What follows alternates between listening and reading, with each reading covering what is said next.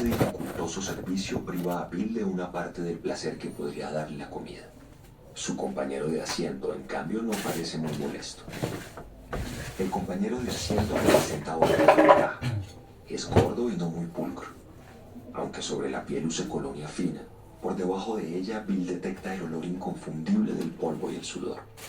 Tampoco es muy detallista con su codo izquierdo, que de vez en cuando golpea a Bill con un sonido suave. Una y otra vez sus ojos van al indicador digital que hay en el frente de la cabina. Muestra la velocidad de esa bala británica. En ese momento, con el Concorde a velocidad de crucero, llega al punto máximo, algo más de 2 Mach. Bill saca un bolígrafo de la camisa y usa la punta para operar los botones del reloj computadora que le regaló Audra por Navidad. Si el machiómetro funciona bien, y Bill no tiene motivos para pensar que no, están volando a razón de 27 kilómetros por minuto. No está seguro de que le sirva el dato. Más allá de la ventanilla, pequeña y gruesa como las de las viejas cápsulas espaciales Mercurio, se ve un cielo que no es azul sino purpúreo crepuscular, aunque es mediodía. Allí donde se encuentran el mar y el cielo, el horizonte tiene una ligera curva. Aquí estoy, piensa Bill, con un cóctel en la mano y el codo de un gordo clavado en mi bíceps, contemplando la curvatura de la tierra. Sonríe un poco, pensando que si un hombre puede soportar algo así no debería temer a nada. Pero tiene miedo y no solo de volar a 27 kilómetros por minuto en esa cabina estrecha y frágil. Casi puede sentir que Derry se precipita hacia él. Y esa es la expresión correcta, exactamente. A pesar de los 27 kilómetros por minuto, la sensación es de estar completamente inmóvil mientras Derry se precipita hacia él, como un gran carnívoro que ha permanecido a la espera por mucho tiempo y acaba de abandonar su escondrijo. Derry, Derry. ¿Y si escribimos una oda a Derry, al hedor de sus moliendas y sus ríos, al digno silencio de sus calles arboladas, a la biblioteca, la torre de depósito, el parque Basie, la escuela primaria, a los Barrens? Se están encendiendo luces en su cabeza, grandes luces intermitentes. Es como si hubiera pasado 27 años sentado en un teatro a oscuras, esperando que pasara algo y ahora ha comenzado, por fin. Sin embargo, el escenario revelado, foco tras foco, no es el de una inocua comedia como Arsénico y el encaje antiguo. En opinión de Bill Denbrook, se parece más a El gabinete del Dr. Caligari. Todos esos relatos que escribí, piensa con una diversión estúpida, todas esas novelas vinieron de Derry. Derry era la fuente. Vinieron de lo que ocurrió aquel verano y de lo que ocurrió a George el otoño anterior. Tantos periodistas me hicieron esa pregunta. Siempre les di una respuesta equivocada. El codo del gordo vuelve a clavarse en él. El hombre derrama parte de su bebida. Bill está a punto de decirle algo, pero se arrepiente. Esa pregunta, por supuesto, era ¿de dónde saca sus ideas? Probablemente todos los escritores de ficción tenían que responder a ella, o al menos fingir que respondían 2 veces por semana. Pero un tipo como él, que se ganaba la vida escribiendo sobre cosas que nunca existieron y jamás existirían, debía responder, o fingir que respondía con mayor frecuencia. Todos los escritores tienen un pasadizo que baja al subconsciente. Decía sin mencionar que a cada año incluso la existencia de ese subconsciente le parecía dudosa. Pero el que escribe relatos de terror tiene un pasadizo que baja aún más, tal vez. Tal vez hasta el subconsciente, por decirlo así. Respuesta elegante, pero que nunca lo había convencido. ¿Subconsciente? Bueno, allá abajo había algo, sí. Pero en su opinión la gente daba demasiada importancia a una función que probablemente era el equivalente mental del lagrimeo cuando entraba polvo a los ojos, o de las flatulencias una hora después de una comida abundante. La segunda comparación era quizá la mejor, pero no era fácil decir a los periodistas que para uno cosas como los sueños, las ansias vagas y las sensaciones de algo ya visto se reducían a un montón de pedos mentales. Ellos parecían necesitar todos esos periodistas con sus libretas y sus cassettes japoneses, y Bill quería ayudarlos en lo posible. Sabía que escribir era trabajo duro, endemoniadamente duro. No había por qué dificultarles aún más las cosas. Ahora piensa, siempre has sabido que la pregunta es errónea aún antes de la llamada de Mike. La pregunta correcta es de dónde sacas las ideas, no por qué qué sacas ideas de alguna parte? Había un pasadizo, sí, pero no era la versión freudiana ni junguiana del subconsciente lo que salía por allí. No había tal red de alcantarillados de la mente ni cavernas subterráneas llenas de Morlocks. En el otro extremo del pasadizo no había nada, salvo Dermo, solo Dermo. ¿Y quién camina trip-trap por mi puente? De pronto se incorpora y esta vez es su codo el que se revela. Se hunde profundamente por un instante en el costado de su gordo compañero de asiento. Cuidado, amigo, dice el gordo. No hay espacio, ¿entiende? Usted deje de clavarme el suyo y yo dejaré de clavar el mío. El gordo le echa una mirada agria, incrédula. ¿De qué diablos me está hablando? Bill se limita a mirarlo hasta que el otro aparta los ojos, murmurando. ¿Quién está allí? ¿Quién camina trip-trap sobre el puente? Mira otra vez por la ventanilla y piensa, hemos salido corriendo. Le arden los brazos y la nuca. Acaba con el resto de su cóctel de un solo trago. Otra de esas grandes luces acaba de encenderse. Silver, su bicicleta. Así la había llamado, como el caballo del llanero solitario. Una Schwinn grande, de 60 centímetros de altura. Te vas a matar con eso, Bill, le había dicho el padre, pero sin mucha convicción. Desde la parte de George se preocupaba muy poco por las cosas. Antes había sido duro, justo pero duro. Desde entonces uno podía salirse con la suya. Hacía cosas de padre, decía cosas de padre, pero allí quedaba todo. Era como si estuviera siempre alerta por si George volvía a casa. Bill la había visto en el aparador de Bike and Cycle de la Main Street, cavilosamente inclinada en su soporte, la más grande de todas las exhibidas. Era opaca donde las otras brillaban, recta donde las otras tenían curvas, curvas donde las otras eran rectas. Contra la rueda delantera había un cartel. Segunda mano, haga su oferta. Lo que ocurrió fue que Bill entró y el propietario hizo su propia oferta que Bill aceptó. No habría sabido regatear con él, aunque su vida hubiera dependido de ello. El precio, $24, le pareció muy justo, hasta generoso. Pagó por Silver con el dinero que había ahorrado en los últimos 7 u 8 meses. Dinero recibido por su cumpleaños, por Navidad y por cortar el pasto. Veía esa bicicleta en el aparador desde el día de Acción de Gracias. La pagó y la llevó a casa, caminando, en cuanto la nieve comenzó a fundirse. Era curioso porque hasta el año anterior nunca había pensado mucho en bicicletas. La idea pareció surgirle de buenas a primeras, tal vez uno de esos días interminables tras la muerte de George, tras el asesinato de George. En un principio, Bill estuvo a punto de matarse, sí. El primer paseo en bicicleta terminó con un rumbo deliberado para no estrellarse contra la cerca que cerraba Castle Lane. No era tanto estrellarse contra la cerca lo que temía, como atravesarla y caer a los barrios desde 18 o 20 metros de altura. Salió de esa con un corte de 12 centímetros entre la muñeca y el codo del brazo izquierdo. Antes de transcurrida una semana no pudo frenar a tiempo y pasó como un rayo por la intersección de Wilsham y Jackson a más de 50 kilómetros por hora. Era un chiquillo montado en un mastodonte de color gris polvoriento. Silver solo era de plata gracias a su imaginación voluntariosa, con naipes ametrallando los rayos de ambas ruedas en un rugido incesante. Si hubiera aparecido un automóvil, habría quedado hecho picadillo, como George. Poco a poco, al avanzar la primavera, fue dominando a Silver. Ni su padre ni su madre notaron en ese periodo que el chico estaba cortejando a la muerte en bicicleta. A él le parecía que después de los primeros días, ellos ni siquiera reparaban en la presencia de la bicicleta. Para ellos era solo una antigüedad, apoyada contra la pared del garaje en días de lluvia. Pero Silver era mucho más que una antigüedad polvorienta. No parecía gran cosa, pero volaba como el viento. El amigo de Bill, su único amigo de verdad, era un chico llamado Eddie Casbrack, que era un mexicano.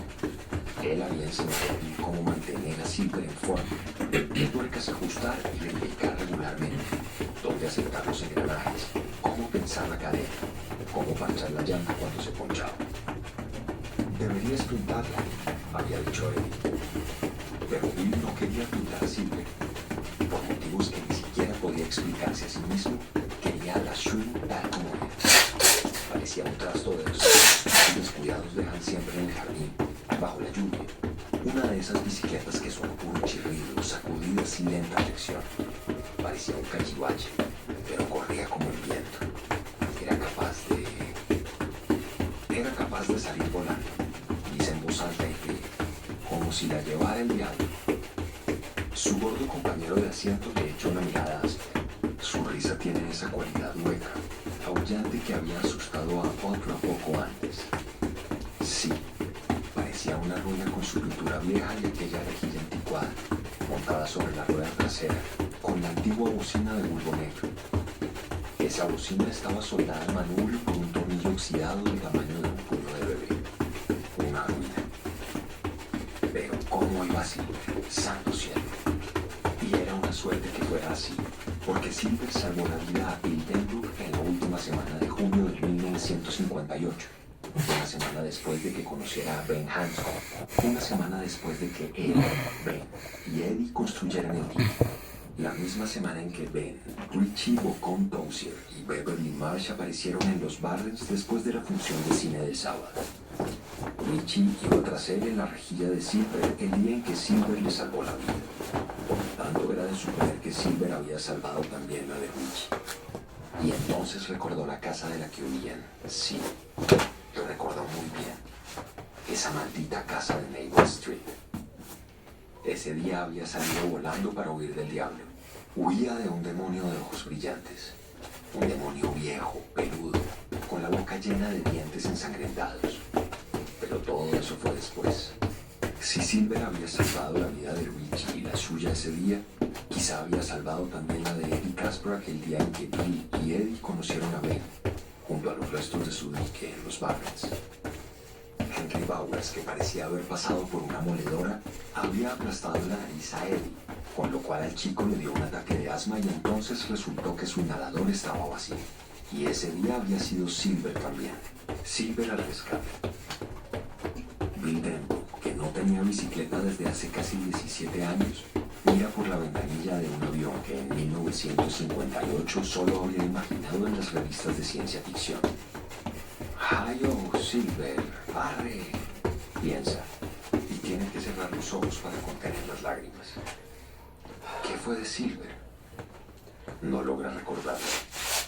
Esa parte de la escena todavía está a oscuras. Ese foco aún no se ha encendido. Tal vez sea mejor así.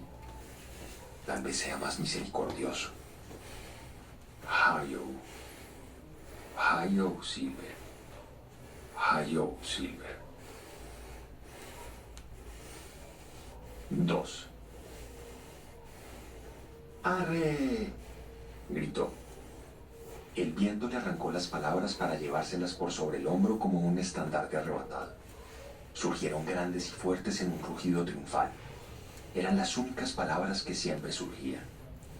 Pedaleó por Kansas Street hacia el centro cobrando velocidad poco a poco. Silver volaba una vez cobraba impulso, pero dárselo costaba bastante. Ver la bicicleta gris tomar velocidad era como observar un avión rodar por la pista. Al principio uno no podía creer que semejante artefacto pudiera separarse de la Tierra. La idea resultaba absurda.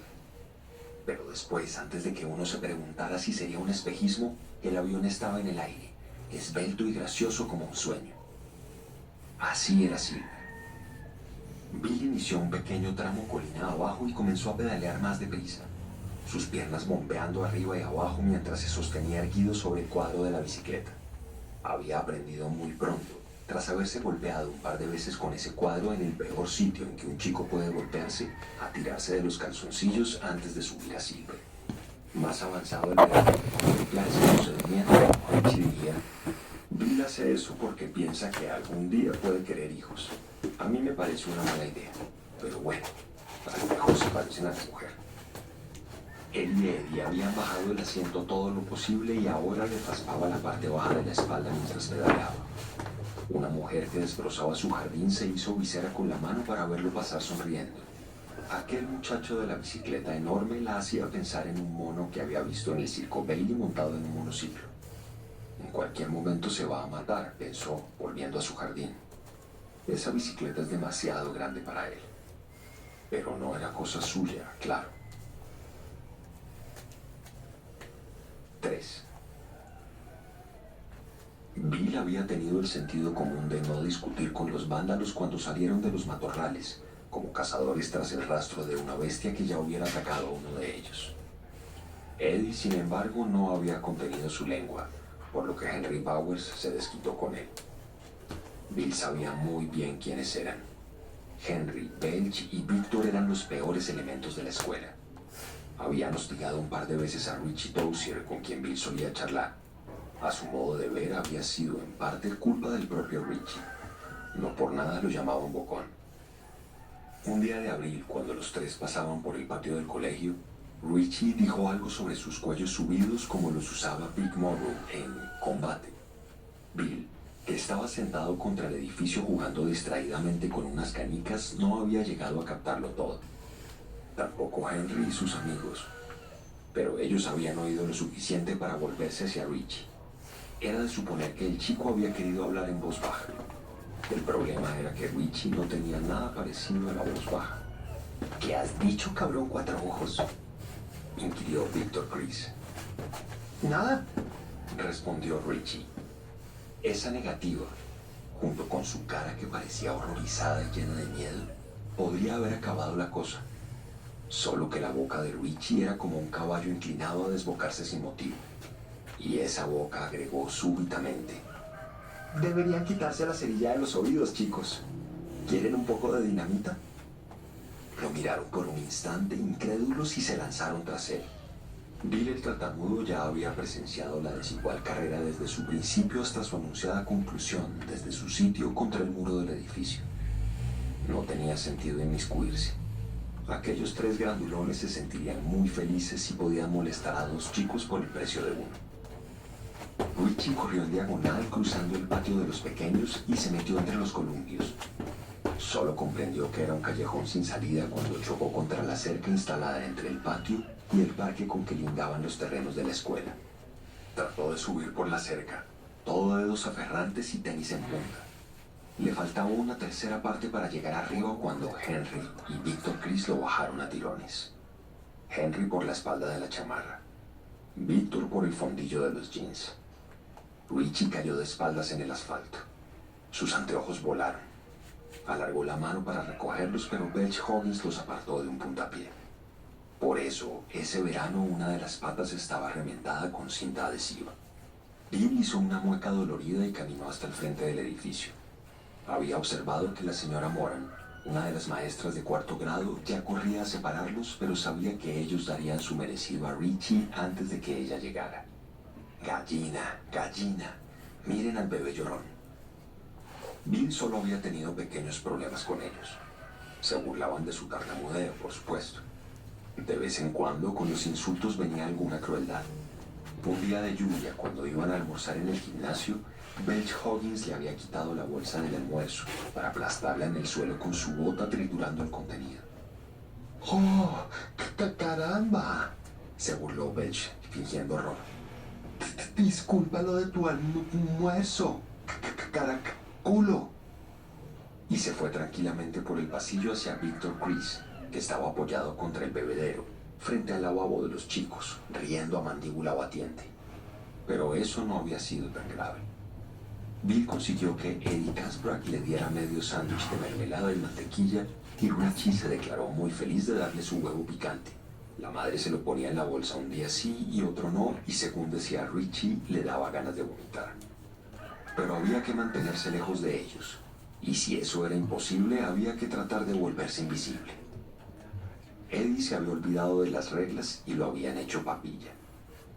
No se sintió tan mal hasta que los vándalos se fueron arroyo abajo y cruzaron a la otra orilla, aunque la nariz le sangraba como una fuente.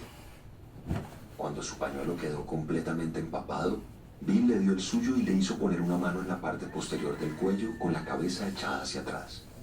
Recordaba que su madre se lo indicaba a Georgie, que a veces había tenido hemorragias nasales. Oh, pero pensar en George dolía. Solo cuando los pasos de búfalo de los vándalos se perdieron completamente por los Barrens y cuando la hemorragia nasal cesó, fue que le atacó el asma. Eddie comenzó a jadear para aspirar el aire, abriendo y cerrando las manos. Su respiración sonaba como un silbido de flauta. Mierda, Jadeó. Asma. Cuernos. Rebuscó a tientas su inhalador y por fin lo sacó del bolsillo. Parecía un bote de limpiacristales. Se lo puso en la boca y apretó el gatillo. ¿Mejor?, preguntó Bill. No, está vacío. Los ojos de Eddie estaban llenos de pánico. El inhalador vacío cayó de su mano. El arroyo seguía riendo entre dientes como si no le importara que Eddie Kasprak apenas pudiera respirar. Bill pensó caprichosamente que los vándalos habían acertado en una cosa. Aquello había sido un diquecito de mierda. De pronto sintió una furia sorda. Tómatelo con calma, Eddie, dijo. Durante los 40 minutos siguientes, Bill permaneció sentado junto a su amigo, con la esperanza de que el ataque de asma cesara, desvaneciéndose gradualmente. Cuando apareció Ben Hanscom, su inquietud se había convertido en auténtico miedo. El ataque, en vez de pasar, estaba empeorando.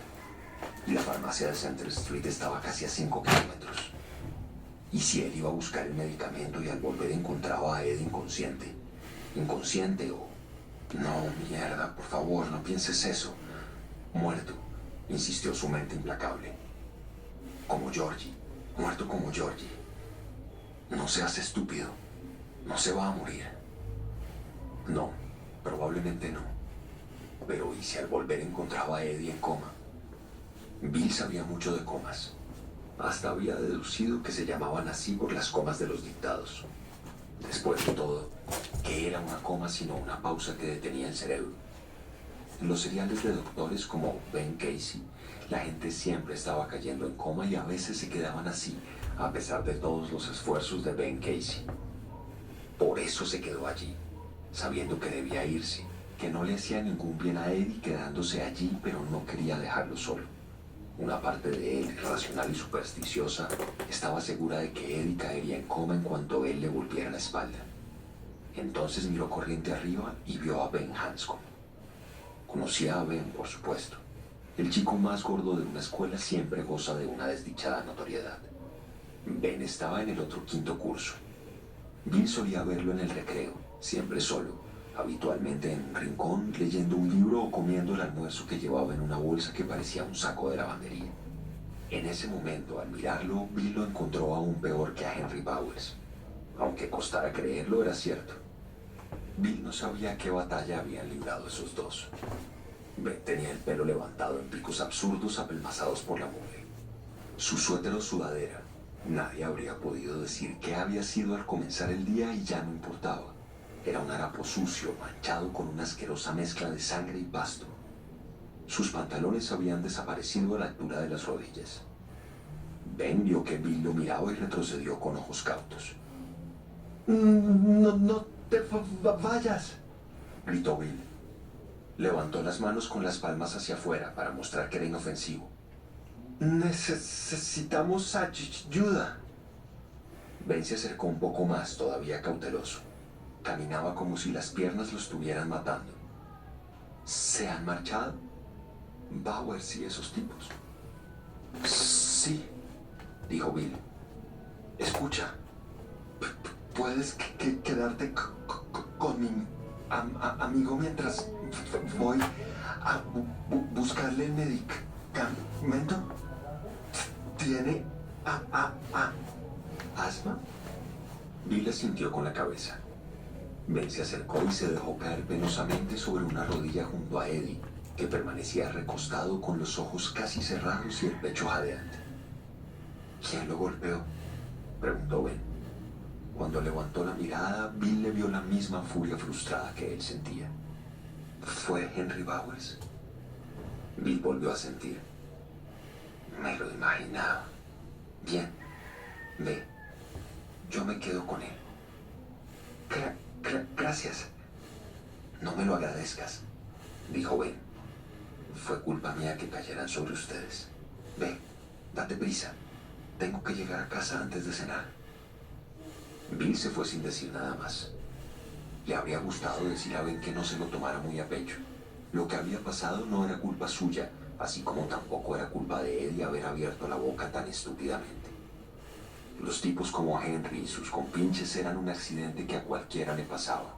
La versión infantil de los tornados, las inundaciones o el granizo. Le habría gustado decir eso, pero estaba tan nervioso que le habría llevado 20 minutos.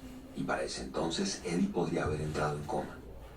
Esa era otra cosa que Bill había aprendido de los doctores Casey y Kilder. Uno nunca se pone en coma, entra en ella. Trotó corriente abajo, volviéndose una sola vez para mirar atrás. Vio a Ben Hanscom recogiendo piedritas a orillas del agua. Por un momento no se le ocurrió para qué hacía eso, pero enseguida lo comprendió. Era una reserva de municiones, por si ellos volvían. 4. Los Barrens no tenían misterios para Bill. Esa primavera había jugado mucho allí con Richie, con Eddie y a veces solo. No había explorado toda la zona, ciertamente, pero sabía cómo volver a Kansas Street desde el Candlestick sin dificultad, y así lo hizo aquella tarde. Salió ante un puente de madera, donde Kansas Street cruzaba uno de los arroyuelos innominados que brotaban del sistema de drenaje hacia el Candlestick. Bajo ese puente estaba atada Silver, con su manubrio sujeto a uno de los soportes del puente mediante un trozo de cuerda. Bill desató la cuerda, se la guardó en la camisa y sacó a Silver a la acera a viva fuerza, jadeando y sudando. Un par de veces perdió el equilibrio y cayó sentado. Pero al fin llegó arriba. Y como siempre, en cuanto estuvo montado en Silver, se convirtió en otra persona. 5. ¡Hayo, Silver! ¡Arre! Las palabras sonaron más graves que de costumbre. Era casi la voz del hombre en que se convertiría. Silver fue cobrando velocidad lentamente. El acelerado clic-tic-clac de los naipes prendidos con pinzas a los rayos iban marcando el aumento. Bill, de pie sobre los pedales, aferraba el manubrio con las muñecas hacia arriba. Parecía un hombre que tratará de levantar una pesa. En el cuello le sobresalían los tendones. Las venas le palpitaban en las sienes. Su boca se estiraba en una temblorosa mueca de esfuerzo mientras libraba la familiar batalla contra el peso y la inercia, exprimiéndose para poner a Silver en movimiento. Como siempre, el esfuerzo valió la pena. Silver empezó a rodar con más velocidad. Las casas pasaban deslizándose en vez de asomarse a los tumbos. A la izquierda, donde Kansas se cruzaba con Jackson, el Candlestick se convirtió en el canal. Más allá de la intersección, Kansas se encaminaba velozmente colina abajo hacia Center y Main, el distrito comercial de Derry. Allí las calles se cruzaban con frecuencia, pero todas tenían stop a favor de Bill y la posibilidad de que algún conductor las pasara por alto y lo convirtiera en una mancha sanguinolenta contra el pavimento nunca le había pasado por la cabeza. De cualquier modo, no es probable que hubiera cambiado sus hábitos.